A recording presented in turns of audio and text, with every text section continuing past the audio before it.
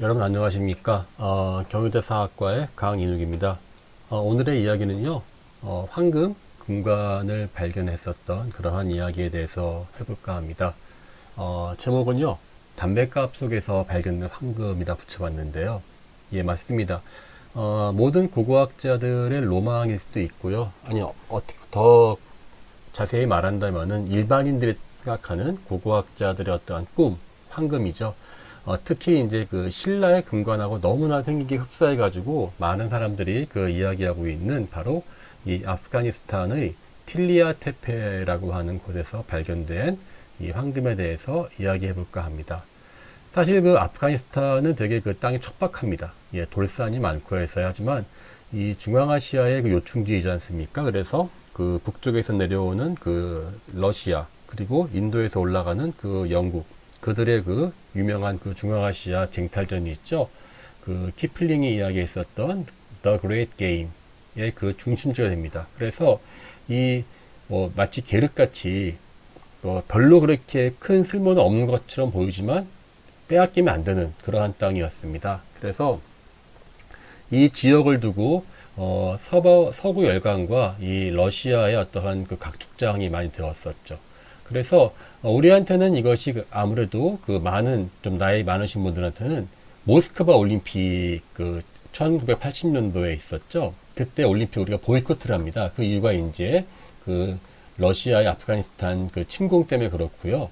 또 그 다음에 이제 9.11 또 이제 탈레반이 등장해서 또 한참 또 유적 파괴로 시끄러웠습니다.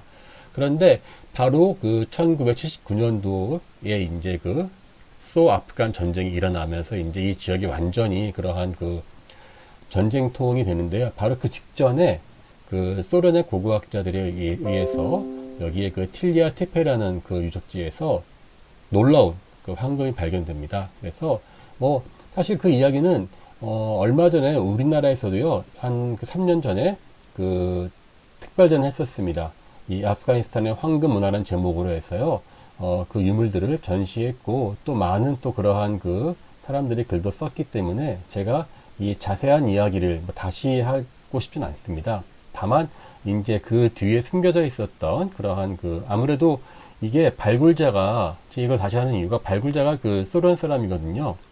그러니까 이게 아무래도 우리나라에서는 정보가 잘 전해지지 않는 곳이기 때문에 마치 그 얼마 전에 그 넷플릭스에서 나왔었던 더 디그라는 영화처럼 실제 그 발굴의 영웅이 따로 있는데 그 사람을 전혀 이야기하지 않은 거예요.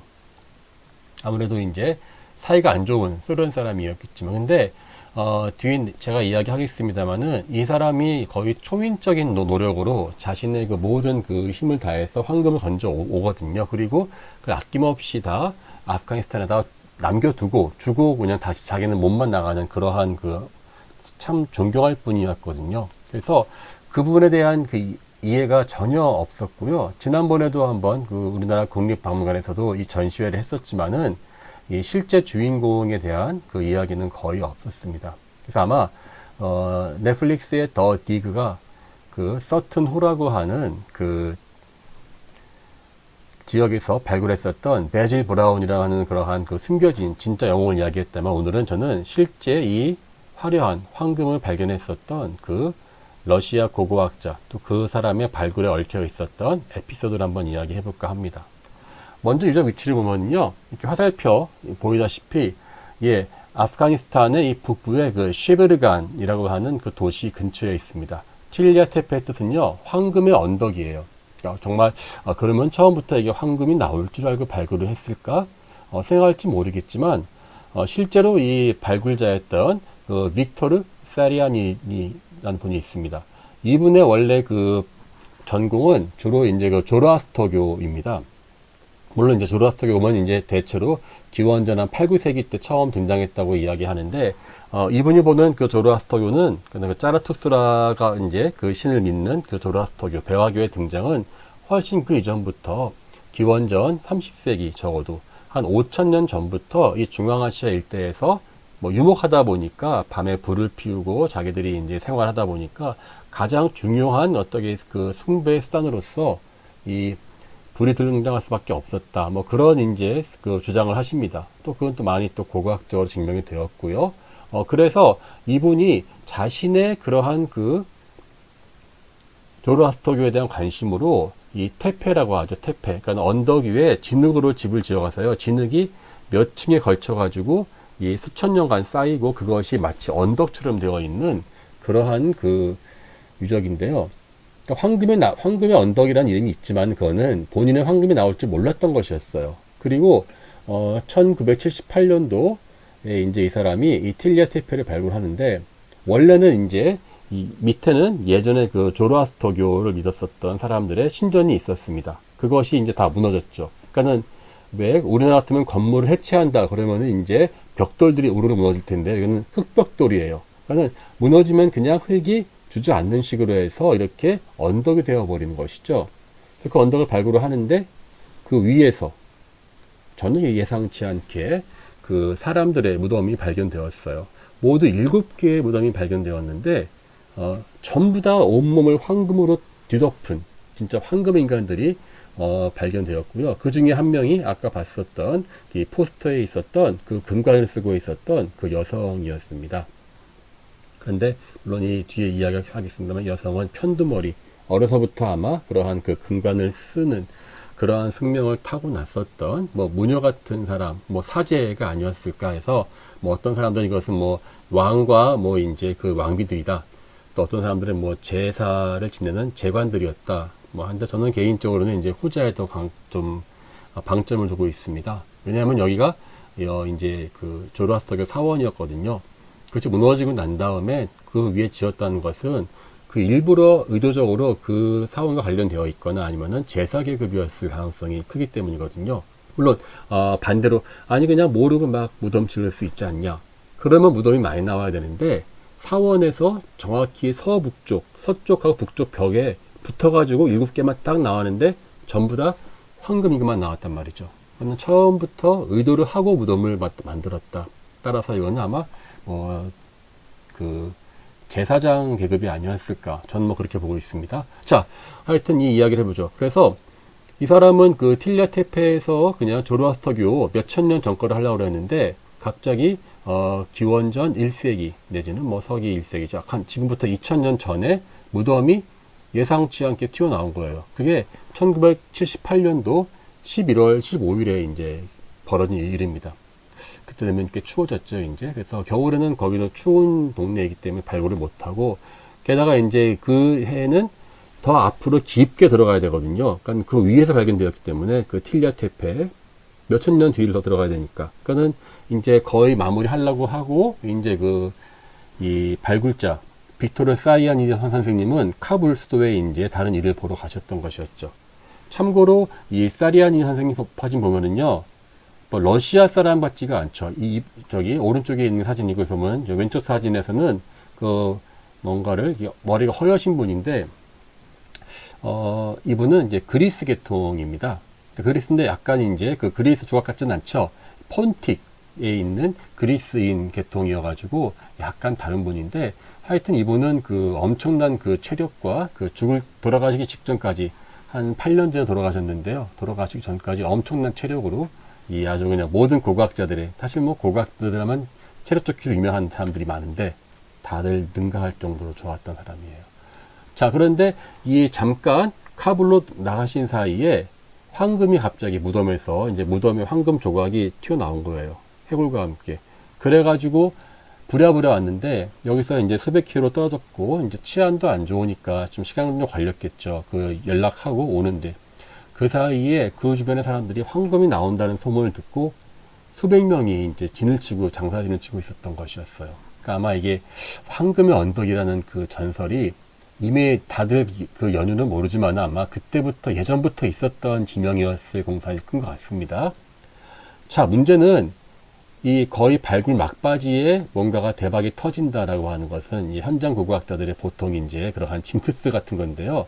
뭐 현장만 이렇게 나와줄 수만 있다면야, 이제 즐거운 징크스가 되겠죠. 자, 그러나 문제는 이게 겨울이에요. 그럼 어떡하냐. 이럴 때는 무조건 다 덮어버리고 현장 보존을 하고 더 준비를 충분하게 해서 인력이며 장비 다 마련해서 봄 되면 다시 파는 게 정상입니다. 절대로 서두르면 안 됩니다. 예. 뭐 한국 같은 경우는 뭐 예전에 서둘러서 망치는 발굴 많이 있었거든요. 근데 문제는 여기가 그 치안이 불안한 바로 아프가니스탄이었던 것이었어요. 이때까지도요, 친소하고 친서방 세력들이 서로 이제 그 계속 서로 죽이고 죽는, 싸우는 그러한 상황이었고, 지금은 이제 친소 이 사람들이 이 사리아딘 선생님의 발굴을 도와주고 있는데, 앞으로 몇 달 뒤에 어떻게 될지 모르는 거예요. 게다가 치안도 완전하지 않은데 이미 황금이 나와버렸어요. 황금이 나온다는 걸 뻔히 아는데 주변 사람들이 내지는 거기 나쁜 사람, 나쁜 마음 품은 사람들이 한두 명이 아니겠죠. 그러면은 현장 보존을 할 수가 없어요. 그러면은 내가 갔다 온 사이에 정권이 바뀌든지 아니면 누가 파헤쳐가도 이 무법천지에서는 보존될 수가 없죠. 그럼 어떡합니까? 최선을 선택을 할 수 없다면 그때는 차선이라도 선택해야 되겠죠. 그러자 빅토르 선생님, 이름이 빅토르죠. 성이 이제 사리안이고 빅토르 선생님은 중요한 결단을 내립니다. 무조건 발굴을 땅이 얼어붙잖아요. 얼어붙지만은 내가 죽으면 죽더라도 반드시 발굴을 끝내야 되겠다 하는 마음을 먹고 그냥 발굴을 시작해버립니다. 근데 계속 그렇게 해서요, 겨울 보내서 그 다음에 1979년도 2월까지, 야, 그거 정말 그 동네에서 겨울 발굴은 거의 불가능한 거예요. 땅이 얼어서 안 파지고요, 온 몸이 얼어붙거든요. 게다가 이게 사막지대고 해가지고요, 한번 삭풍 불면은 뭐 추운 건 이루 말할 수가 없겠죠. 자, 근데 수천 명의 그러한 사람들이, 인파들이 막 몰려들고 하니까 정신이 없었겠죠? 근데 이 사람이 그 발굴을 막 급하게 황금막 막 주워 올릴 수 있잖아요. 근데 실제로 이 사람이 그렇게 하진 않았어요. 수천 명 사람이 몰려들었을 때 참 발굴 잘하기 어려운데 이 사람은 어쨌든 꼼꼼하게 발굴을 했습니다. 왜냐면 나중에 이 발굴 보고서를 보면은 하나하나 이렇게 그 모든 그러한 디테일, 발굴된 장면들을 다 넣은 그러한 현장 노트도 이렇게 나중에 발견되었습니다. 그러면 확인되었죠. 자, 그런데 이 놀랍게도 이렇게 좀 뭐 정말 힘든 판단이었죠. 겨울에 발굴을 한다. 그 판단을 하게 된 결론은 뒤에 보겠습니다만은 이분이 한 선택이 정말 그 하늘의 선택이었어요. 왜냐면은 바로 그 다음에 전쟁이 일어나죠. 아프가니스탄하고 소련하고. 그러니까 이제 더 이상 조사라는 것이 불가능한 상황이 되었고, 곧바로 탈레반도 이제 뭐 들어오가 해서 완전히 혼란기가 지금까지도 이때 이후로 제대로 된 조사를 거의 이제 아프가니스탄은 못하는 상황이 되었죠. 그때 억지로라도 하지 않았으면 안 되는 상황이었는데, 그러한 결단을 하게 준 그러한 그 동기가 이 어떤 인부의 그 발굴단에서 어떠한 그 도굴 때문에 이제 걸린 거예요. 이제 이 현장에서 이제 이렇게 그 발굴을 하는 그런 사진들이 있습니다. 그거는 이제 현지 인부들이 많이 동원되겠죠. 그럼 이분들도 황금을 보고는 사실 이게 탐이 안 날 수 없겠죠. 그런데 뭐랄까 이렇게 아주 그냥 큰 나쁜 사람들이 아니라 이제 좀도둑처럼 돼 있어 가지고요, 몇 개의 장식이 나오면은 그 중에 한두 개쯤 뭐 똑같은 거는 빼도 모른다 싶어 가지고 담뱃갑에 넣어 가지고 몰래 빼에 돌렸었나 봐요. 근데 이 워낙 작고 자잘하잖아요, 그 황금 장식이. 근데 이걸 자기가 넣었다는 걸 모르고 다른 사람한테 이제 담배를 준 거예요, 이 인부가. 그러니까는 그 마지막 담배였나 보죠. 담배를 피우고 담배 꺼내고 담뱃값을 우거뜨리는데 안에 뭐가 잡히는 거예요. 그래서 봤더니만은 황금 장식이 발견된 거죠. 그래서 이 사람의 집을 털어보니까 침대며 곳곳에다 이렇게 그 황금들을 숨겨 놓은 것이 걸린 거예요. 근데 다행히도 그 자체가 이제 자잘한 것들이고 이제 중복된 것들, 그러니까 몇 개씩 훔쳐가도 모를 정도 일종의 좀도둑 같은 사람이었죠. 근데 어쨌든 이걸 보는 순간 더 이상 여기서 멈추면 안 되겠다는 생각을 들어가지고 이제 그 지속을 했다고 합니다. 그 덕택에 이 2만 점 정도의 그것이 황금이 발견되었는데요. 단순한 발견된 것이 아니라 그 아까 봤던 것처럼 위치한 하나를 다 기록을 했어요. 그러면 그 기록한다는 것이 되게 그 뭐라 그럴까 힘든 작업이거든요. 근데 장식을 몇 센치만 잘못 기록해도요, 예컨대 뭐 황금 장식이 목걸이 있는 건데 이거를 조금 몇 센치 옮겨서 이 해골 쪽에다 이제 기록해 버리면 이거는 목걸이가 아니라 귀걸이로 이제 우리는 인식할 수 있단 말이죠. 그러니까 그런 식으로 이게 소매 장식인지 아니면 어깨에 붙이는 건지 이런 것도 결국은 몇 센치 차이로 우리가 나오는데, 이 사리아니디 선생이 이제 발굴이 결국은 하나하나를 다 기록하는 고고학자의 가장 큰 덕목을 지켜내면서 했기 때문에 지금도 이 다양한 복원도를 볼 수 있는 것이죠. 자, 그래서 우리가 지금 보는 이러한 그 금관에 나오는 장면인데요. 하나하나 이 위치들을 다 자세하게 기록을 했기 때문에 지금 우리가 알고 있는 아프가니스탄의 황금이 나온 것이죠.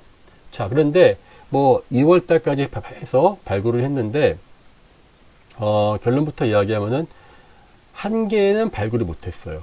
7개 중에서 6개는 발굴을 했고 7번째 거는 도저히 시간이 안 돼가지고 이제 그거는 그냥 덮었습니다. 그래서 나중에 아마 세상이 좋아지면 7번째 그 황금은 꽤 이제 모르죠. 뭐 누가 또 중간에 도구를 했는지 모르겠지만 어쨌든 남아 있고요. 2만 점 가까이 되는 이제 황금들을 이제 수송해야 되죠. 그런데 문제는 이게 문제예요. 이 당시에 틸랴테페가 이 아프간 북쪽에 있고요. 카불에 있는 박물관까지 그걸 옮기려면은 몇백 킬로, 아마 비행기를 타고 가고 싶어도 적어도 몇십 킬로를 가야 됩니다. 그러니까는 그 과정이 진짜 위험한 것이죠. 그리고 내전으로 치안이 불안한 상태거든요.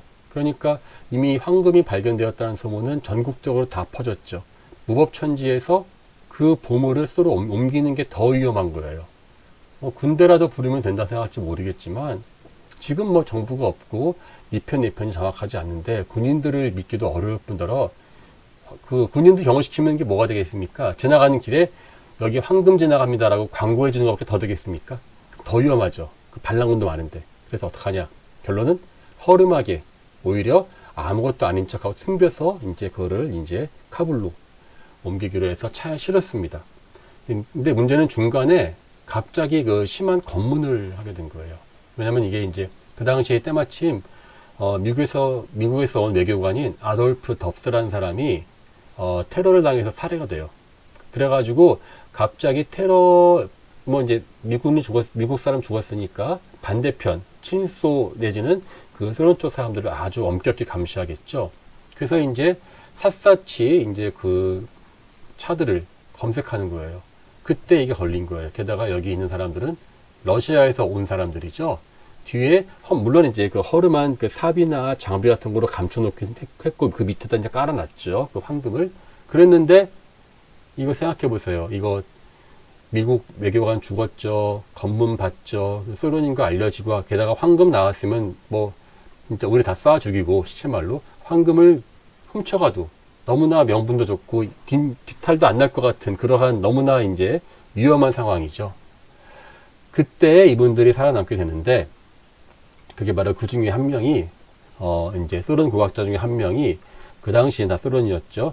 우즈베키스탄에서 온 우즈벡 사람인데요. 우즈벡도 다양한 사람들이 있는데 우즈벡 사람이 아니라 이 사람은 파르시, 즉 옛날 페르시아 사람의 계통이 이어져 내려온 그 파르시입니다. 이 파르시라고 하면 이제 되게 유명한 사람이 있습니다. 우리가 다 아는 사람인데 그 락그룹 퀸의 그 싱어 프레디 머큐리가 바로 파르시예요.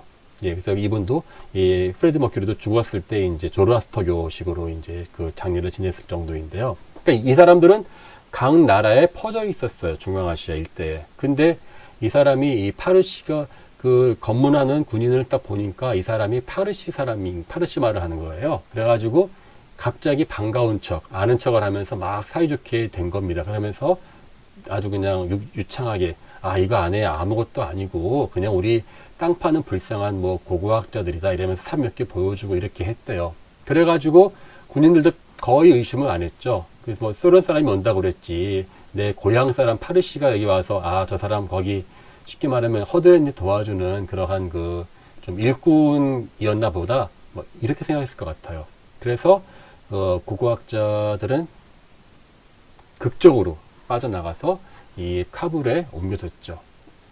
물론 그 다음에 이제 이 나중에 탈레반 정권이 이제 그 정권 차지하고 나서 한참 동안 이 유물은 자체를 그 위치를 몰랐어요. 그때 어떻게 했냐면은 이 아프가니스탄 카불 박물관 사람들이 이 탈레반들이 모든 유물들을 때려 부수고 우상숭배라고 그래서 없애버리니까 이 그 틸랴테페의 그 유물들을 숨겨놔야 되잖아요. 근데 그 자기 박물관은 안 되겠고 그 카불 중앙은행 지하에다 숨겨놓는데 열쇠 5개를 동시에 열어야지만 열 수 있게 하고 그 5개의 그 열쇠를 각각 다른 사람한테 줬답니다.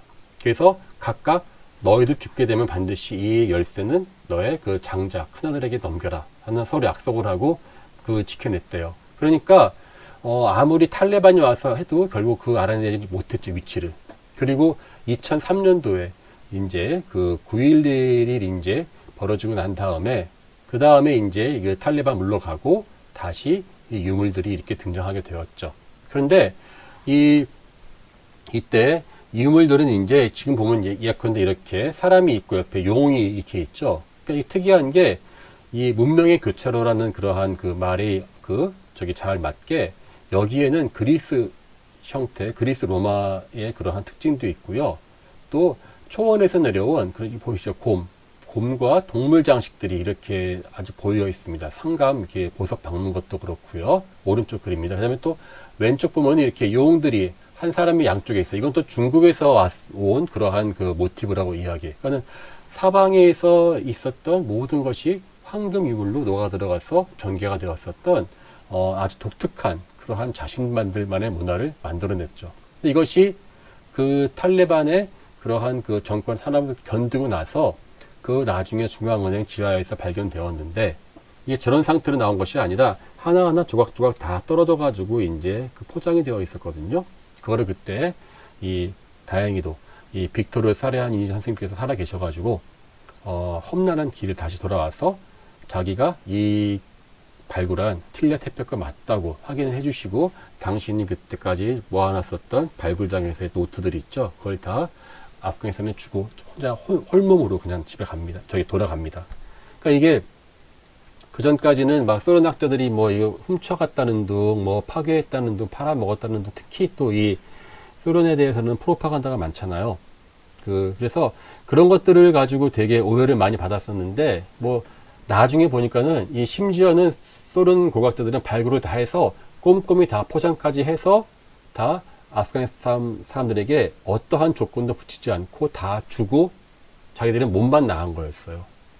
근데 생각해 보세요. 영국이나 프랑스나 얼마나 많은 그 루브르나 그 대형 박물관에 다른 나라 유물들이 많아요. 다 가지고 온 거잖아요. 사실 가지고 오려고 발굴을 하잖아요.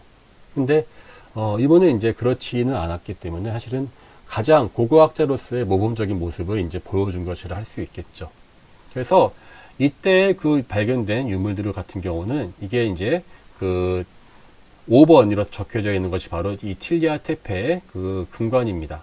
근데 이 금관은 그 6개의 무덤 중에서 1개에서만 발견되었고요. 4번은 신라 금관, 6번은 흑해에서 발견되는 그 호흘라치라고 하는 데서 발견된 사르마트 쪽의 그 금관입니다. 7번도 마찬가지고요. 그리고 2번은 이제 그 시베리아 암각화에서 발견된 그러한 그 금관을 쓴 금관인지 나무인지 이렇게 써있는 샤만의 모습인데요. 이렇게 금관을 쓴 사람들은 이제 그 기본적으로 시베리아하고 이 초원 그 시베리아 지역 샤만들의 그 풍습입니다. 이게 쉽게 말하면은 하늘의 뜻을 받는 일종의 와이파이 같은 것이다. 실제로 보면 암각화 보면 참 와이파이 비슷하죠. 마치 나무처럼 묘사가 되어가지고 샤만이요 신의 뜻을 받는 그러한 그 역할을 하는 것입니다. 그 신의 뜻이 바로 그 사람에게 내려와요. 그러니까 이 사람만 신을 받을 수 있는 와이파이가 된다는 것을 금관으로 표시하죠. 그러니까 금관이 썼던 사람들은 편두머리가 되어 있다는 게 혹시 그 금관을 누가 훔쳐가도 쓸 수가 없어요. 안 맞아가지고. 그러니까 이게 세습된 자신만의 어떠한 신과의 어떤 연락을 하는 그런 매개체였다. 그러니까 이거는 여기 이 일대가 박트리아 나아가서 이제 그 대월지국이라고 하는 그러한 그 나라의 그것을 생각하는데 대월지국 중에서도 그 당시에 흉노 시기에 이 북쪽 초원에서 내려왔었던 그 사람들의 그 문화가 상당히 강하게 들어가 가지고 이렇게 여러 가지 문화가 섞여서 자신들만의 그러한 그 제사 문화, 황금 문화를 만들어낸 것이 바로 틸리아 테페입니다. 바로 그것이 이제 요즘엔 다행히도 이것이 뭐 몇 년 전에 한국에 왔듯이요. 지금 전 세계를 돌면서 세계 순회 전시를 하고 있어요. 아프가니스탄에 돌아가는 게 더 위험할 수 있습니다. 아직도 세상이 불안정하고 차라리 외국에서 전시를 하는 것이 경제적으로도 도움이 되고 또 유물에도 안전하다고 하는 그러한 역설적인 상황이 된 것이죠. 자, 어쨌든 이 발굴이 끝나고 나서 이 사리아니 선생님의 선택은 정확했어요.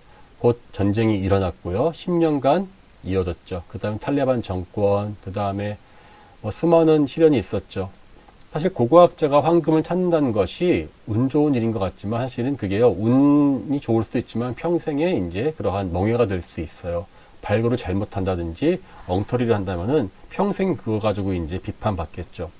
이렇게 진정한 그 황금의 유물엔 뒤에 숨어있는 영웅들이 있습니다. 그분들은 결코 자신들의 모습을 드러내지 않아요.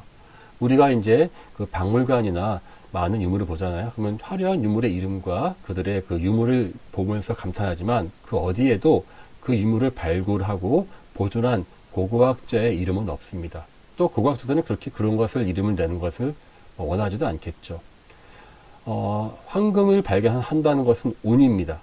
어찌 본다면은, 예. 하지만 그 자신에게 온 운을 온전하게 고고학의 원칙을 지켜가면서 침착하게 발굴을 해서 그 후손들에게 모든 사람에게 돌려줄 수 있는 것은 오로지 준비된 그러한 그 우수한 고고학자만이 할 수 있습니다.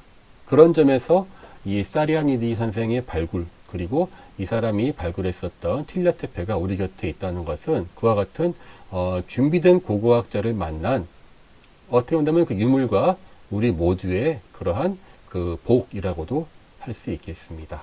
네, 이상 이번 이야기 마치도록 하겠습니다. 감사합니다.